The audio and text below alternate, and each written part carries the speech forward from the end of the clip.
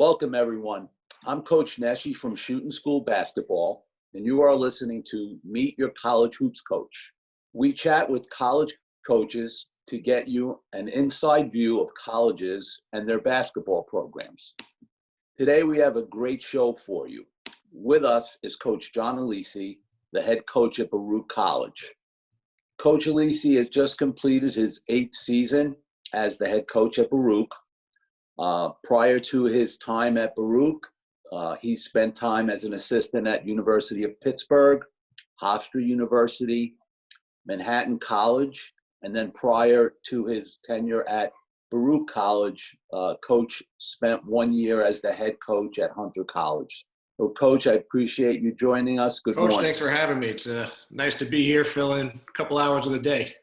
Great. Coach, by the way, I just want to make sure that I get your bio correct or mostly correct. Yeah. It's those are the stops, and each one fortunate to work for some really great coaches, but even better people. So every stop was certainly very beneficial to me and getting me to where I am today.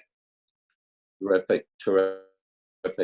Coach, could you give us kind of a overview, a description of Baruch College?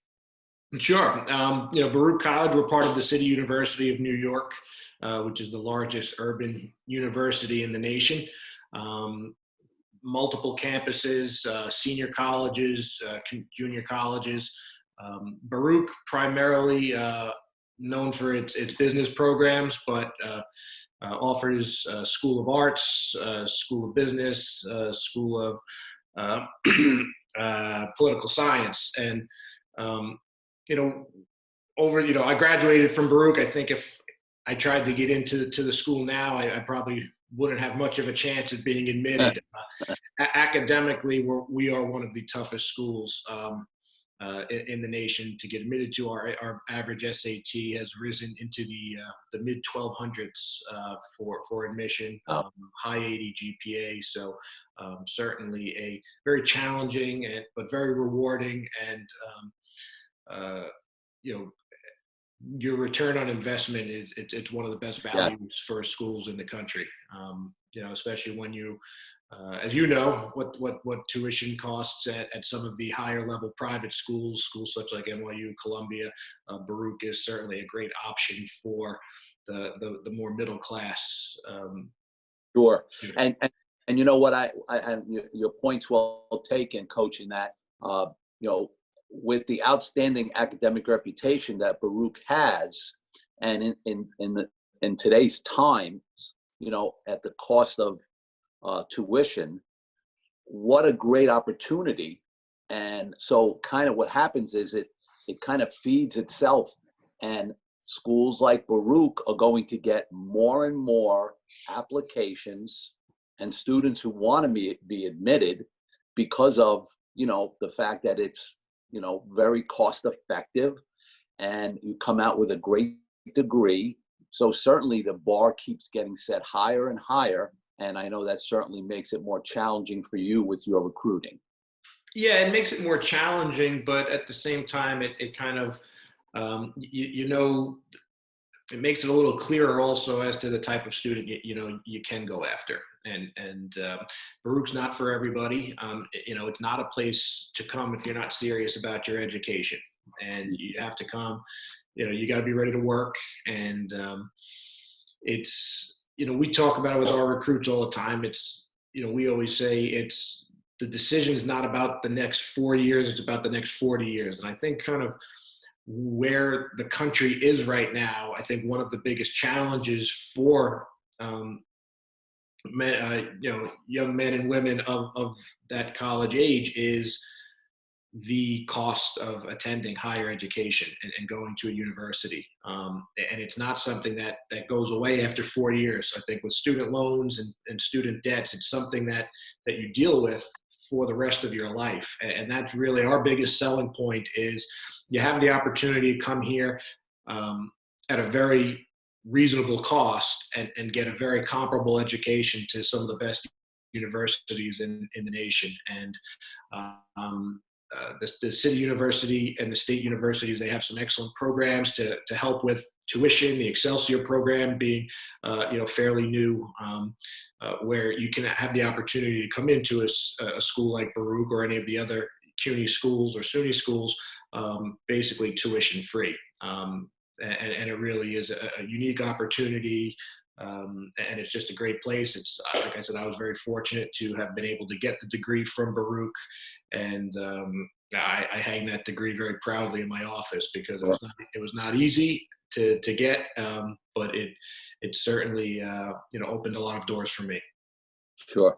Coach, are there opportunities for housing or dormitories for the students? Yeah, there are. Again, just really the change over the last 20 years since I started at Baruch has been remarkable. When I was here, it was all commuter. There was no housing options. It was all I lived at home for 4 years. Now I would say at least half of our program, of our student athletes in our basketball program, are either living in the dorms or off campus in apartment housing. So our dorms, we have, I want to say, about close to 150 beds at the EHS housing building on 97th Street and 3rd Avenue, which is a straight subway ride uptown, about 10-15 minutes straight uptown, straight downtown. Subway drops you off a block from campus and a block from the dorm, so it's an easy shot. And we, I like to remind people how unique that is, in that they get to really enjoy two great areas of New York City. For our out-of-state kids for sure, but even for our local students, it's a great opportunity to live in Manhattan for a lot less than it'll cost you to live in Manhattan when you become a professional. Yeah, where Coach, obviously New York is a big recruiting spot, clearly. But what are the areas besides New York City and the outlying boroughs, tri-state area? Where else might you do some of your recruiting? Yeah, we've again, as the school has become more prominently known and really a destination school, we've recruited all over the country as well as internationally. I think we did, this past year alone, we in addition to our local New York students, we do get a lot. We had students, multiple from New Jersey. We had one from Houston, Texas. We had one from New Orleans, Louisiana. We get a lot out of Long Island. We've had students from Hawaii, California, Greece, Turkey. We've been all over the place. Great. What would you say, Coach, are some of the biggest challenges that you have in finding quality players? Yeah, I think certainly, the academics, the academic requirements make it challenging. Because of our academics and our high admission standards, we sometimes have to go head to head with some really high academic schools, private schools that are able to offer a lot more financial aid or a lot more scholarships than we are able to, since we are pretty much fully funded by the state of New York. That's been the biggest challenge, but like I said earlier, I think also it kind of narrows down who you want to focus on. Baruch and CUNY in general has really targeted the middle class and the lower class as far as the type of students that we're going to be recruiting. So we've been very successful. We have great kids in our program, kids that are not only good athletes, but are very focused and driven on their studies, and then also their job prospects after college. Yeah, Coach, I have a question personally that I'm interested in hearing as regards to your recruiting along your admission standards. Are your admission standards the same across the board, or does the admission standards vary based on the program that you apply to? Great question. Generally, they are pretty standard across the board.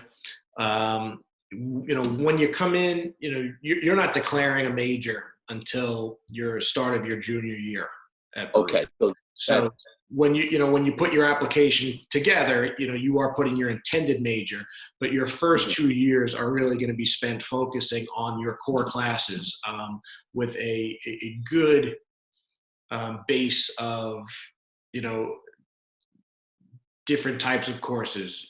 All your core competency courses, your math, your Englishes, your sciences, language if you need it. You're going to touch a little bit of everything, and then by the time you are entering your junior years, when you're going to declare your major and really get started on your major. yeah, the reason I ask you is that at NYU, one of the challenges that we faced is that as a university, we had a big difference in the admission standards based on the school within the university that you apply to, whether it be business, whether it be sport management. So the standards to get into the different schools was a variable, and one we would really have to navigate. If you weren't decided and you were coming in as a liberal arts student, that would be fine. But then again, the standards for that are different than they would be for business or for sports management. So it was kind of an added factor, which, as kind of dealing with all the, fine details when you're going through the recruiting process with the recruit and their parents, are crucial. So I guess that's a CUNY kind of across the board. Pretty much. For us, again, to your point, and there are some similarities. For us, we do have, even though ultimately the numbers, you do need to prove proficient in both math and English for each of the campuses. So that, Sure. that is, that does change campus to campus. For us, one of the things that we do look at is, are you looking to major or go into our business school by the time of your junior year, or are you open to another option, or are you looking for another option? Because one of the big challenges is, what is your math score? Right. With the SAT, how proficient are you in math? How high are those scores? Because when you come into Baruch, you're going to place into a certain section of math. And you have to come in and you need to take your math placement test. And if you have aspirations of going into the School of Business, you really need to come in with a pretty high score and a pretty good placement, because otherwise you start out at the lower level math. It just may take you a little bit longer. So, that is one thing we do look at. Math at Baruch is very challenging for the reason in they are trying to weed out those who are not going to succeed or potentially may not succeed in our business school if you can't get through your pre-calculus and your calculus courses. So we know that anybody that comes in with aspirations of getting into Nicholas School of Business, you've got to be really sharp on your math, and you've got to be able to handle it that first 2 years to position yourself for all of those business courses down the road. So we definitely do look at that, even though it's not necessarily different standards for admission. Right. We do look closely at that as to are we going to be able to set you up for the best amount of success here once you're here. Right. So, Coach, it's great talking academics, and it's something that obviously through my recruiting experience we had to do a lot of. But to get to some basketball coaching, your program clearly, one of the top CUNY programs as regards to what you built there. Tremendous to see, and I've followed you and have been a fan of what you've done with the program. With recruiting, Coach, if you could talk to us a little bit about what is a quality player for your program. What are you looking for, in your point guards or shooting guards, and your post players? What is it that you're looking for? Yeah, we try not. I think basketball is becoming a positionless game, and we like to have multiple playmakers, versatility as much as possible. We don't like to pigeonhole guys into positions if we don't have to. I think the more versatility you offer, I think the more valuable you are as a player. If you can play on the ball, off the ball, we do like having multiple playmakers on the floor. I think just generally at the Division III, I think at all levels of basketball, guards win.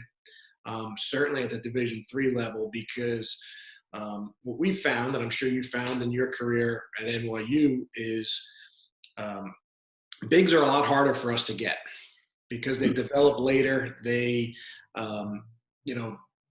the higher level schools, because they're just not as many of them. The higher level schools are more willing to take chances on projects if they're 6'9", 6'10", as opposed to project guards, or guards who aren't fully developed. So what I've found in my years is that the guards are not as different at the higher levels as they are in the lower levels. I think size and athleticism are the biggest issues, but I think from a skills perspective, the guards you're going to see at the Division III level are in some cases equally as good as the guards you're going to see at the Division I level, for sure. It's really the size and the bigs is where the difference is. I think every level you go down, you're going to see more undersized big men, and that's okay. And I think the way the game is going, Division III has been ahead of it for a long time. Is learning to play with undersized guards and more perimeter-oriented guards. So, forwards. So, obviously, anytime you have the opportunity to get a front court player with some skill and some ability, I think that's always something that we all look for at the Division III level. So, size is always the hardest thing for any of us to find. But farther than that, I think versatility. I think for us, it's about who can you guard. I think that dictates where you can play. Offensively, you have the ability to maneuver and change the way you play to best fit your players. Defensively, you still need to have the ability to protect the rim and rebound the ball. And I think that's the most important thing that we try to figure out is, okay, well, regardless of what you can do how big or small you are offensively, what can you do defensively? Can you, if you're 6'2", can you get in there and rebound or prevent the 6'6" guy on the other team from rebounding? So that's kind of the way we look at it. We've been a really strong defensive team, throughout our history, but certainly in the last 8 years, we've been very strong. And, that's just kind of the way we look at it. Offensively, we're always going to, design what we do based on the players and their skill sets. Yeah. And, in Division III, like us, Coach, I totally agree with you. I always felt that I needed to adjust our offensive philosophy based on our personnel. Yeah. So clearly across my tenure, like we ran different systems. That we went through, segments where we went like Princeton for 6 years, and then we would go to a power game, and then back to Princeton. Some of my colleagues, even in Division III, who were, before me and great coaches, some of them really stayed with whatever system they had, and they modified the system with great success, mind you, but they didn't really change their offenses. That just didn't work, for me. Like we just had some drastic changes in certain years regarding what our personnel could do. So like you're saying, I totally agree on the offensive side. And on the defensive side, I think the one thing we longed for, but again, in Division III, I always felt you want to get your best players. But to me, if you have really good players who also have length, that's going to help your defensive game. So whenever we could have guards that had length, which would allow us to do more things, possibly switching defensively, it just makes it better. Positionless basketball, again, it's interesting, Coach. I've done four of these sessions, and I have a number coming up next week as well. And in our conversations, all of our coaches all use positionless basketball as a phrase about today's game. So I understand totally where you're coming from with it. But, in some ways, like when we were running Princeton, that to a large degree is positionless basketball, because we had our center shooting threes. We had our center passing on the perimeter. The only thing we didn't do really much of was posting up our guards. But outside of that, it was a lot of 5 out or 4 out, 1 in. So Yep. On the line of your recruiting coaching, we're talking about the skill level and such, but what about the bigger picture, kind of beyond just the skill level? Are there some like specific non-negotiables for you in anyone you recruit? Yeah, it's commitment is the word that comes to mind. Is you have to be committed to being a serious basketball player. We're not club or intramural sports. We're high level basketball, and I think the misconception a lot of people have about Division III is that it's somewhat lesser than what you see on CBS every March, and it's the furthest thing from the truth. A few years back, we had an exhibition game I want to say it was my 4th year at Baruch in 2015-16, and we're coming off of we had won our conference the year before and graduated some really good seniors, and we had a smaller team, funny enough, and we had an exhibition with Seton Hall. Isaiah Whitehead, Kareem Carrington, Desi Rodriguez, Angel Delgado, pros. I mean, guys are pros. Right. And, we had a nice stretch of about 4 years of games like that with, Rutgers, Seton Hall, Providence, St. John's. And, there was some financial incentive for us to go play the game and just great experience for our kids. But we led Seton Hall at Seton Hall for, I'd say, about 30 minutes of that game. Wow. And we ended up losing by 5. Isaiah Whitehead ended up having 40 points in the game. But it just, to compete at that level, you've got to have real basketball players. You've got to have real serious basketball players. And it's not just, show up for practice on October 15th and shut it down, in March, and then you kind of do it again, each of your 4 years. You have to be a 12-month-a-year player, and you have to be willing to spend time watching film during the season and reading scouting reports and preparing for each game the same way. That to me, I think is our biggest thing, is how committed of a basketball player are you? We're not looking for part-time players. We're looking for serious basketball players with the understanding that, we're all here to be students first.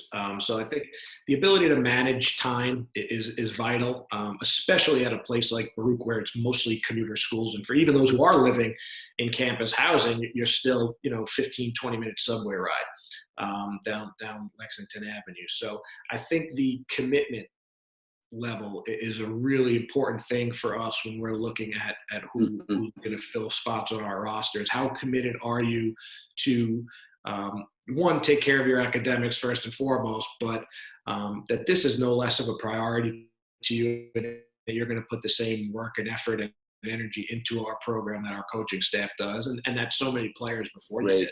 And so, Coach, I know at this time of the year, we're talking about a atypical off season, but what would be a typical, off season for you guys at Baruch College? Yeah, so the challenge with Division III athletics is the amount of time we get to spend with them as coaches. So typically, once our season ends, we kind of encourage the guys to take 2 or 3 weeks off. We've just gone through a long season, a lot of time, and you need that break just to kind of, refocus and refresh is what we term it. And we think it's important for guys to kind of get themselves, just take a breather from the season that just ended before we start looking forward to the next season.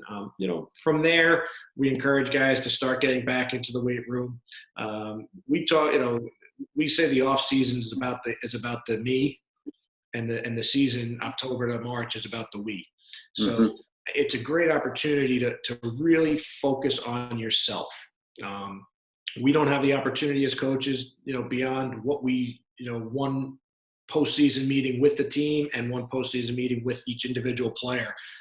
We don't have the opportunity to spend a whole lot of time with them, kind of guiding them as basketball players. So you need to be a self-starter. Hopefully you're changing your body is always a big thing. Is come back a bigger and stronger, better version of yourself next year. Take weaknesses, try to turn them into strengths. Take your strengths and really work on perfecting those things. But off season, typically our guys, we're hopeful that they're in the gym, working on, offhand, working on increasing their range, becoming better finishers, becoming better free throw shooters.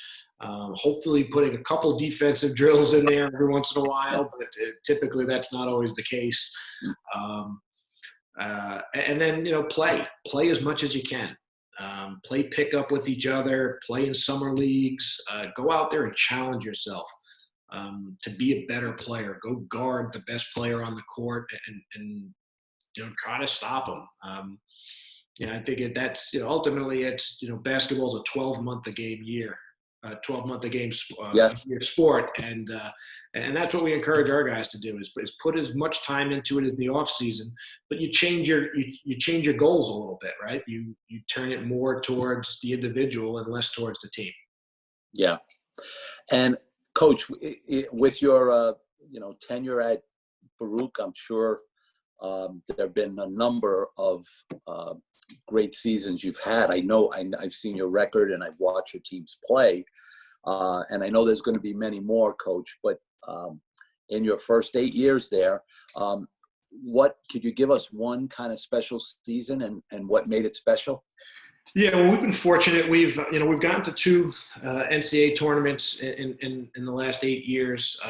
We've gotten to the postseason 7 out of 8 years. Certainly the 2015 and 2019, they're both right up there. It's hard to pick one over the other. 2015 being the first and our first since the year 2000, first CUNYAC championship. So that was certainly special. And we were really, what's unique about both of our championships were incredible games that basically we needed buzzer shots to win both championships. So just 2 of the most incredible games I've ever been a part of. In 2015, we finished that season 21-7, played an incredibly tough schedule. It seemed like every team we played in the non-conference or that year went to the NCAA or the ECAC tournament. We needed a shot at the buzzer just to get to overtime in that game versus Brooklyn. We were down 7 with 2 minutes left in regulation, and ended up winning that game in overtime, double overtime over Brooklyn, and getting to our first NCAA tournament in a while. And then in 2019, just another incredible season, senior-led team that beat a really good College of Staten Island team in the championship game, and needed a little bit of luck, but I think Second play, Coach. Yeah. That was the one. So I saw that.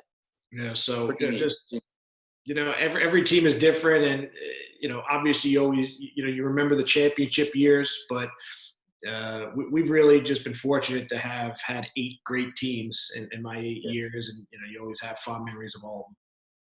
What the non-Division III person doesn't realize is that the energy level that is in those championship games in the CUNY division, because for whatever reason, unfortunately, based on strength of schedule, whatever, if you're not winning the CUNY championship, the chances of going to the NCAA tournament, even if you have a really good record, has been slim. So that energy and that competition, what you have in that gymnasium, I know is tremendous, and it's a great atmosphere. It's do or die. It's a great learning experience for all those athletes on both teams. So, that's something that I'm sure individuals that are looking at the possibilities of going to a school like Baruch and want to be part of a basketball program, if they're committed to it, that would be a lifelong memory for them to be a part of something like that. Yeah, our conference does a tremendous job with the championships and the marketing and promotion of them, and it's every year. It's always a great atmosphere to play a game. I think we at Baruch, prior to me taking over the team, I do think we're the only CUNY team to have gotten at-large bids to the tournament. I think in 2005 and 2009. When Coach Rankus had the program, both of those years, lost in the final, but did get at-large bid. So I do think we're still the only school in our conference to receive at-large bid in the NCAA tournament. We've done it twice. Yeah, that's terrific. Coach, this has been a great half hour talking basketball with you and getting more information on Baruch College. I wish you luck with your recruiting. I hope things go well, and I look forward to talking and hopefully seeing you in the near future. Thank you, Coach. This was a lot of fun. Great. Thanks so much, Coach. Thank you. Take care.